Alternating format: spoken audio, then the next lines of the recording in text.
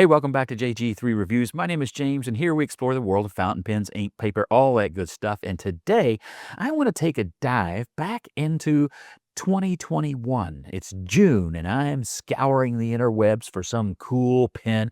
Kind of have something a little bit different in mind, not something that I've used before. And I stumble across a Benu. Now, Benu at the time had left an impression on me as being a whole lot of glitter, and I thought it might actually be, I don't know, like the rhinestone cowboy of the fountain pen world. And so it had not appealed to me. But then, dun-dun-dun, I came across this pen, the Briolette in Milky Way resin, and this actually caught my eye. Like a lot of you, I can be a little bit of a space buff, and the idea that it looks in its pattern and colors a bit like space and the Milky Way and all of that, especially in person, really hard to catch here on video, really did start to appeal to me. And then I found on a pen store this pen at a deep discount, and what could I do? And here we are 4.5 years later, and I've never featured the pen on my channel. Now, you've seen it in the background there on my desk in the little holder, but I've never actually written with the pen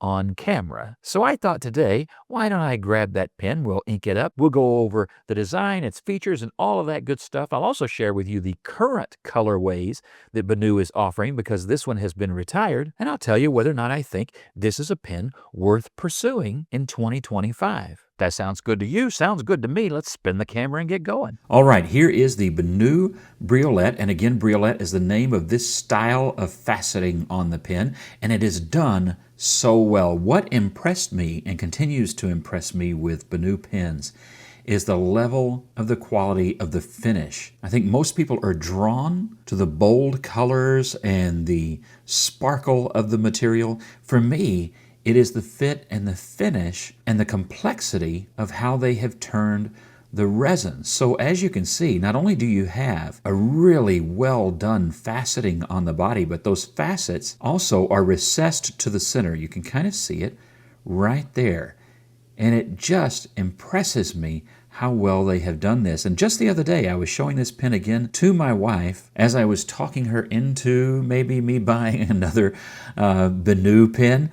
And I was showing her the craftsmanship here, and I had not even really paid attention. Look at the finial, or the end of the cap here, really. And even here, that diamond pattern goes all the way to the very top of the pen. And just that level of detail is impressive to me, and how well it's done. The edges of the facets are so nicely polished. Everything about it shows great craftsmanship. Now, I will say this is, I guess, what we would call old school Benu. This is one that was made in Russia before they left after the special operation started in Ukraine. Their current pens are made in Armenia, which is where they moved just about immediately after the invasion of Ukraine, and where they have been ever since. But I can tell you, having a pen both before and after their move, that nothing changed in terms of the quality of their craftsmanship. They are excellently made pens. And one of the things that I like about their style, you see it in the font, here in the trim ring around, it is that Art Deco style font. Fans of Poirot will feel right at home. And I like that, and there are just little things with that sort of a style in all of their pens. They're all very creative designs. I think sometimes the colorways are polarizing. That's all right. Different styles and materials are going to appeal to different people. But again, what they have in common, at least those that I have used, is really good craftsmanship. I was a little nervous about whether or not I would actually enjoy writing with the pen because it does have a rather pronounced step down. Let me kind of put that screen behind the pen so that you can see that more clearly. That looks like a pretty large step down that could be annoying. However, the section is long enough that it really doesn't ever bother me at all. It's fine. I like the acrylic that they've used for the grip and the way that's shaped. It's very comfortable writing pen. It's long enough you can get pretty thin down here and get to a moderate grip size right in the middle and still not be bothered by the step down. The threads are really good. All of that is great. And I find it a nice pen to write with. The balance, because you don't post it, is really good and is weighted to about right here. Again, this one is meant to look like the Milky Way with the stars, planets, and moon shining, and then that deep black and purple, which itself is a very, very fine shimmering material. It just does look fantastic. Now, I will say, again, this one has been discontinued, but one of the new for 2025 pens still has a very similar material to what you see in this barrel, just at one section, and then it fades to a really beautiful blue. And some of you will be interested in that one, and it is a good looking pen. But again, very creative in their colors and in their materials. And while you might not appreciate all of those combos, I guarantee you're going to find one that strikes your eye. Now, when you open up the barrel, you will find that it does include, whoa, that took a while. It does include a converter. It does take, of course, international standard cartridges. And I love that they included a converter with the pen. And just in case you're wondering, that cap comes off in about 2 1/4 to 2.5 turns. Now coming to the nib, it is a number 5 Schmidt. This one is a medium. It's a good nib with a little bit of pencil-like feedback, as we will see in the writing sample. This one comes with a stainless steel polished nib, and maybe you can see what might be one of my very, very, very few criticisms of this pen, and that is I really wish this had a number 6. Not because of the writing, but because I think aesthetically, I think that would improve the look of this pen. It's not a large pen, but it's large enough that I think it would have been just a little bit more balanced in its look with a number 6. But that's being maybe just a little bit picky. What it does mean is that as a number 5 Schmidt nib, 1, it's probably going to be really good, and this one is. And 2, should you decide to swap nibs, maybe get a custom grind or something like that,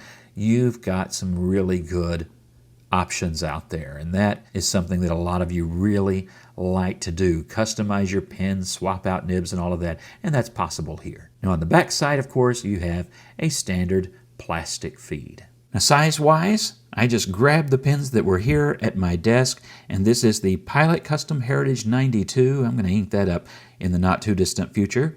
The Benu Astro Gem, that's the last Benu that I reviewed. Another space-themed pen, and another one that is a knockout when it comes to the craftsmanship involved and the material used.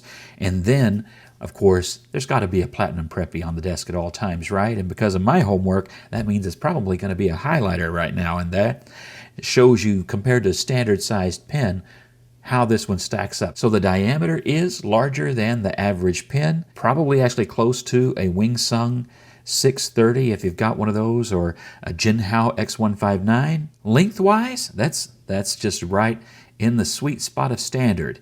So online, when you look at these, they look a bit like a small miniature pen. Check out the specs, because that's not the case. This is actually right in the sweet spot of normal length of a pen, and it's actually a larger diameter pen in a cigar shape, similar to a lot of other popular pens. It's just something about photographing it always makes it look a little bit smaller than this. And looking at the pen uncapped, it reinforces what I just said. This is not a small pen. You can see there that even with its smaller number 5 nib, it's larger than the Custom Heritage 92. It comes in shorter than the Astro Gem, which is itself a good-sized pen, and illustrates well what I was saying about how much better that Briolette would look with a number 6 nib. Can you kind of see that there? And then, of course, the Preppy would be a little bit longer with the fountain pen tip instead of the felt tip, but still, it gives you an idea of the size, and if that's what has been holding you back, maybe that corrects that perception just a little bit.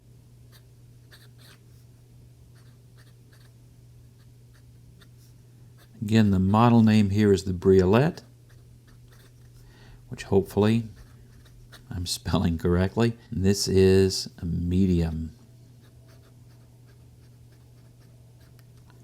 Now, one thing I've always liked about this pen is that it has really good flow, and I don't have dry out issues.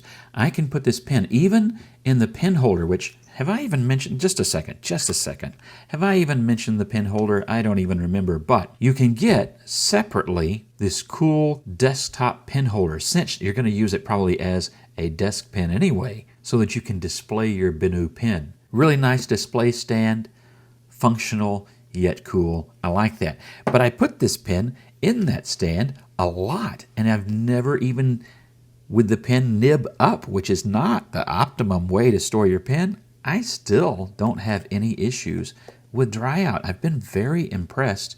If you've had a different experience, please share that in the comments below, but this one has been fantastic that way. Ink today is diamine, as you might have noticed there at the side,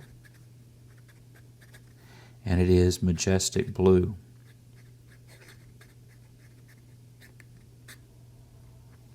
Well, I didn't really leave much room for the word blue. We'll just leave it at that, right? Check the pen for wetness, and, not too bad. Like I say, I never have any issues. It's not a dry out pen. It's not a skipping pen. Very reliable. As I said, comfortable to write with. I just was looking down and noticing I hold it about there. As I said, it gets a little thin at the front of the grip, but about in the middle seems to be about right for my grip.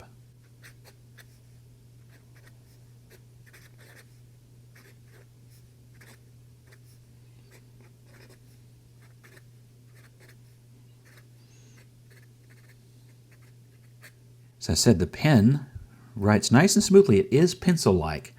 I know I say that fairly often, but I have a lot of pens like that in my collection because I kind of like that.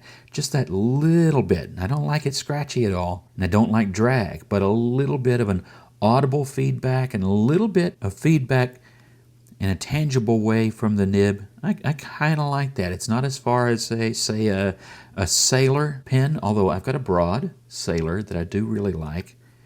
And it is like a pencil. This is not quite that much. We haven't done a dad joke in a while.